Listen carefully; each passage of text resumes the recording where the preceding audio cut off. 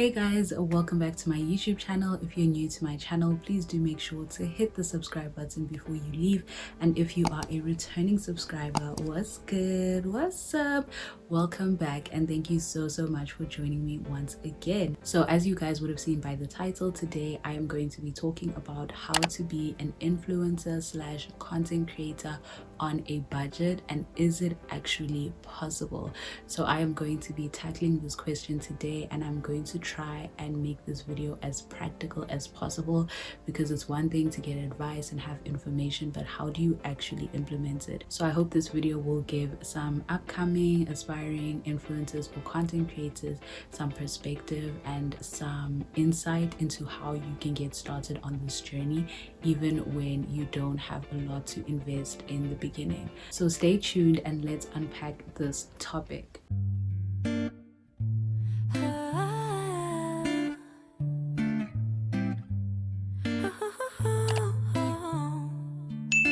First things first, before I even get into the video, I just want to straight out say that where there is a will, there's a way. So regardless of what you have or don't have, where there's a will, there's a way. You can literally make a plan.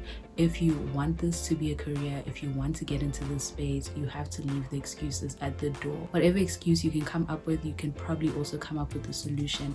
And this does not mean that it's going to be easy. As a matter of fact, when you're starting this on a budget, it is going to be extremely hard, and I can tell you that for free. So will it be easy? No. But will it be worth it? Yes.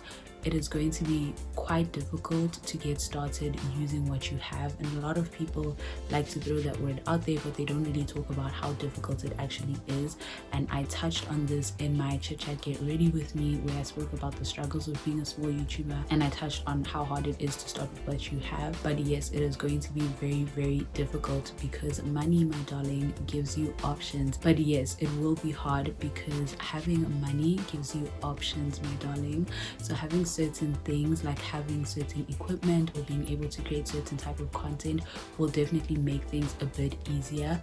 So when you're starting out on a budget, you need to be willing to put in the work, and you need to be willing to maybe work even harder and just stay the course, because it will be rocky. But it's not impossible, because you can always make a plan. I also think a lot of people don't get into this space, or they're afraid to get into the space because they feel like they need to have certain things in order to be successful, because majority of the people who are successful in this place are people who are living certain lifestyles, using certain things, creating certain type of content.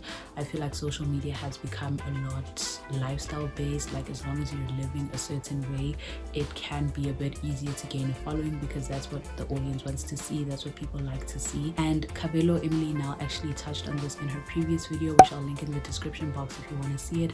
But social media has become very lifestyle based, and I think that's why a lot of people are afraid to come into this space, because they feel like if they don't have certain things or live a certain life, then they won't be successful in this space. And I'm here to tell you, child, that that is not true.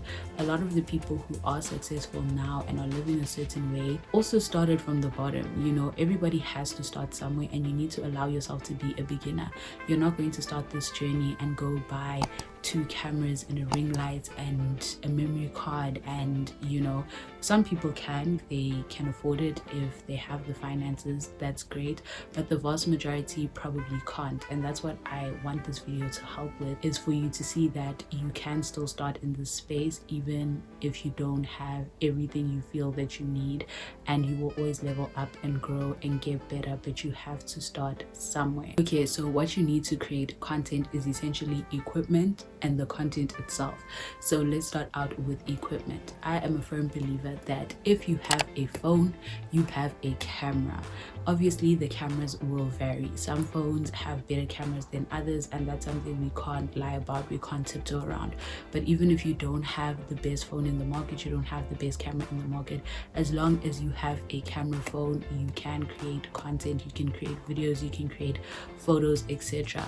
My advice for this would be to do your research on how you can get the best quality out of the equipment that you have. The phone that you have, literally just Google like what are the best video settings for whatever phone that you have, so that you can see which settings will work best for the type of content that you're trying to create. If you're trying to take pictures, Google how to get the best quality pictures out of whatever phone that you have. A lot of people are very lazy to do research, and that's just the blunt truth. They want things to be easy, but they're not willing to actually put in the work.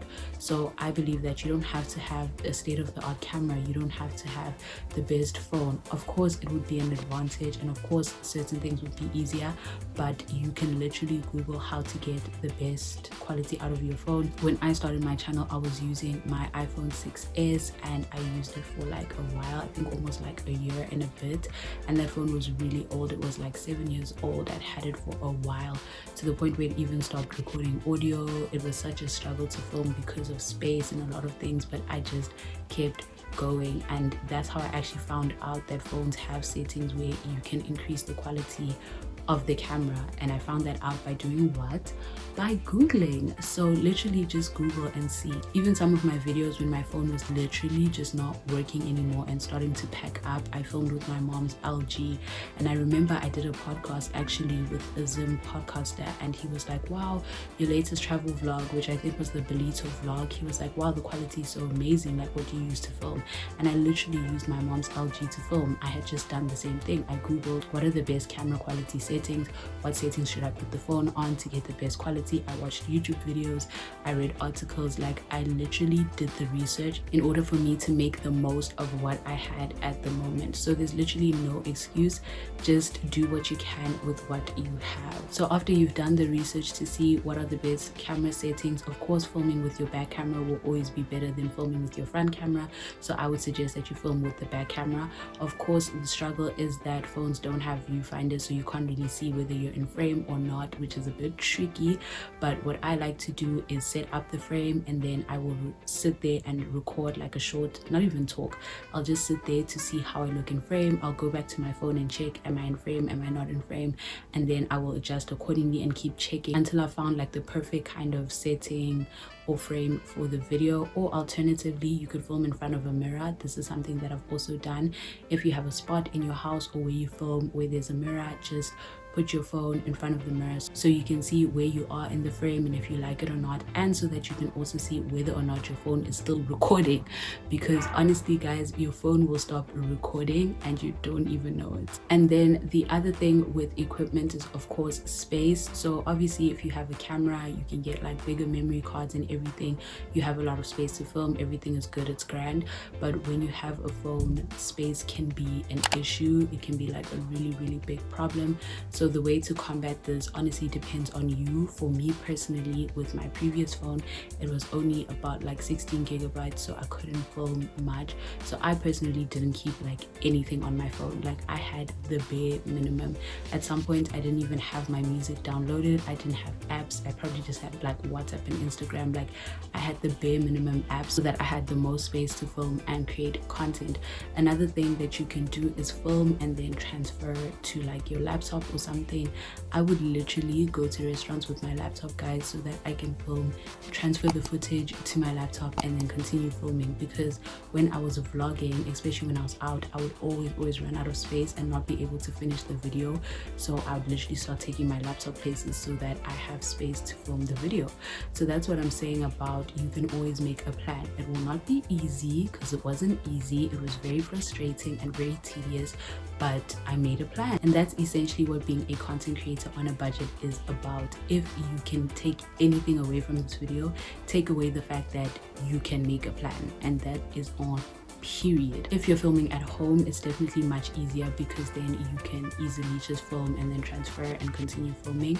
So that's something that you can do with space, or maybe you can delete some apps or large files and just film a video, transfer it, and then start filming the next video after you delete the one you just filmed, if that makes sense. And then now let's move on to content. So I touched on this a little bit in the beginning of the video, where I said a lot of people think that you need to live a certain lifestyle to be a content creator slash influencer, and I can understand where that stems from. However, you also need to investigate other niches. Fashion, beauty, lifestyle is not all there is to content creation. It's not all there is to YouTube. It's not all there is to the internet. Like there are so many other niches that you can get involved in that don't involve you looking good all the time, I'm going to bougie places, living a soft life. No, there's so many other niches, you know. There's things like gaming, there's DIY, there's home improvements, there's people who just do commentary, like there's people who just comment on movies or films, people who talk about crime documentaries. Some people's channels are just based on talking, you know, even advice videos like this. You could literally make a channel out of just doing videos, out of just talking. It doesn't have to be a lifestyle thing, you know. So just investigate other niches, see what your interests are, and don't ever think that people don't want to watch that, because there is a market for everyone. If you go on YouTube, you can search for a lot of things and see a lot of different things. There's people doing parenting content, mom content, comedy. Like there are so many other niches outside of fashion, beauty, lifestyle. So just investigate other niches and you might find something that is not stressful, that doesn't feel stressful or straining on your finances to create. Another tip is to make content out of your everyday life, depending on what your life is like. Maybe you're doing a certain job, maybe you're studying a certain degree. You could literally create a channel around your everyday life, you know. For example, maybe you're a medical student, or you are a lawyer, or you're a chef, or you do a certain job or a certain something. You can create content around your everyday life so that it doesn't feel like you have to go above and beyond to create content, you know what I mean, because it's part of your everyday. You could do like daily vlogs, you could do day in the life of a certain something, you know. Just try look at your life. Maybe you're a fitness enthusiast, maybe you like cooking, maybe you like trying out recipes. Whatever the case is, just look at your life and create content around that.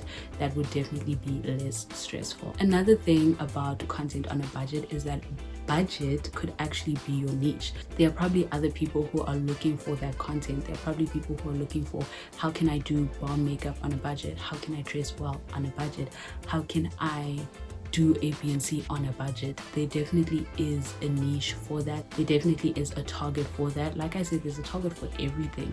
So if you feel like you're not living a certain lifestyle, that's also okay. That can actually be your niche, that like, you know what, this is my life, this is my relatable life, this is my everyday life, this is my realistic life. You know, there are people out there who are looking for authentic, raw, real content that's not always aspirational. Like some of us want to watch content that's just relatable, and that is also okay. The next tip is to ask for help. So depending on what type of niche you want to be in, what I personally assume are expensive niches are like your fashion, beauty, lifestyle, because you constantly need to be taking out money to create that type of content, especially when you're still growing, because you won't be getting things for free. But it doesn't hurt to ask for help. For example, if you want to do fashion but you don't always have new clothes, for example, you have probably siblings who have clothes maybe, or friends, or even like your parents' closets or whatever. Like you can just find different ways to make a certain niche work for you without necessarily spending money. You could ask people to maybe lend you their clothes, or you could go through your mom's closet to find stuff. Maybe if you want to be like a makeup guru, maybe you know somebody who works for a makeup place. You could always ask someone to help you create the content, or you could just shoot your shot. There's also nothing wrong with shooting your shot. It doesn't always have to be big brands. Maybe there are startup clothing brands, maybe there are startup fashion designers who want people to wear their things, and it can be like a mutually beneficial situation. Something else you must take away from this video, outside of you can make a plan, is you must do your research.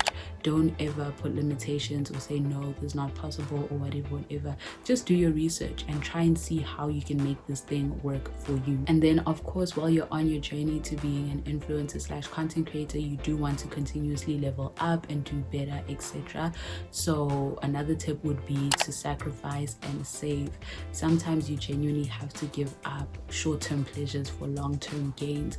If you are trying to be a content creator and you want to up your equipment, maybe you want to buy a ring light, maybe you want to buy a tripod, maybe you want to buy a camera, you know, do like a small job on the side if you can, or even the allowance that you get or the little income that you do get, and save it in order to invest back into your craft and invest back into your dream. Because if you're watching this video, then it's highly likely that you don't have people in your life that are just going to be like, oh, you want a camera, let me buy it for you. Oh, you want these expensive lights, let me buy them for you, etc.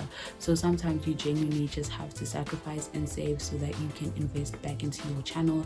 You need to know what your priorities are and decide what's more important for you, because for example, let's say you're going out for lunch with your friends, maybe you sacrifice that lunch that you were going to have so that you can buy a ring light that's about like 200 and something. Maybe, you know, you're doing a job and instead of spending that money going out and doing this and that, you save majority of it so that you can buy a camera or whatever the case is.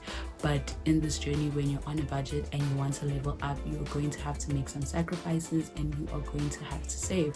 Like I said, it will not be easy, but it will be worth it. And then lastly, I just want to say that there will always be room to grow and improve. You really don't have to start at the top, and that is one of the biggest misconceptions of this space, is that you need to already be a certain type of person living a certain type of life to be successful in this space. And I'm just here to tell you that there's always room to grow. Start where you are. Some of the most successful influencers today also started with what they have. You know, we see their success now and their lifestyle now, and we forget that they've been doing this for like 5 years, for like 6 years, 3 years, 10 years, whatever the case is. But that should just motivate you and inspire you to know that it is possible. Your dreams are valid, you are capable, you can do it. You just have to start. As they always say, just start. You are better off starting now, knowing that 10 years from now, 5 years from now, you will be at a completely different place, as opposed to only starting 5 years from now. You are delaying your own success. So honestly, just start with what you have, start with where you are, and you will get there. And that's all from me. I hope that this video was helpful in some or other way to some aspiring content creators. Please do make sure to give this video a like if you enjoyed it. Please leave me a comment down below. Let me know if you are an aspiring content creator. What are some of your struggles? Let's continue the conversation in the comments. Please do make sure to subscribe. We are on the road to 1K and I can't wait to reach that first milestone. So please do subscribe, and I will see you guys in my next video. Bye.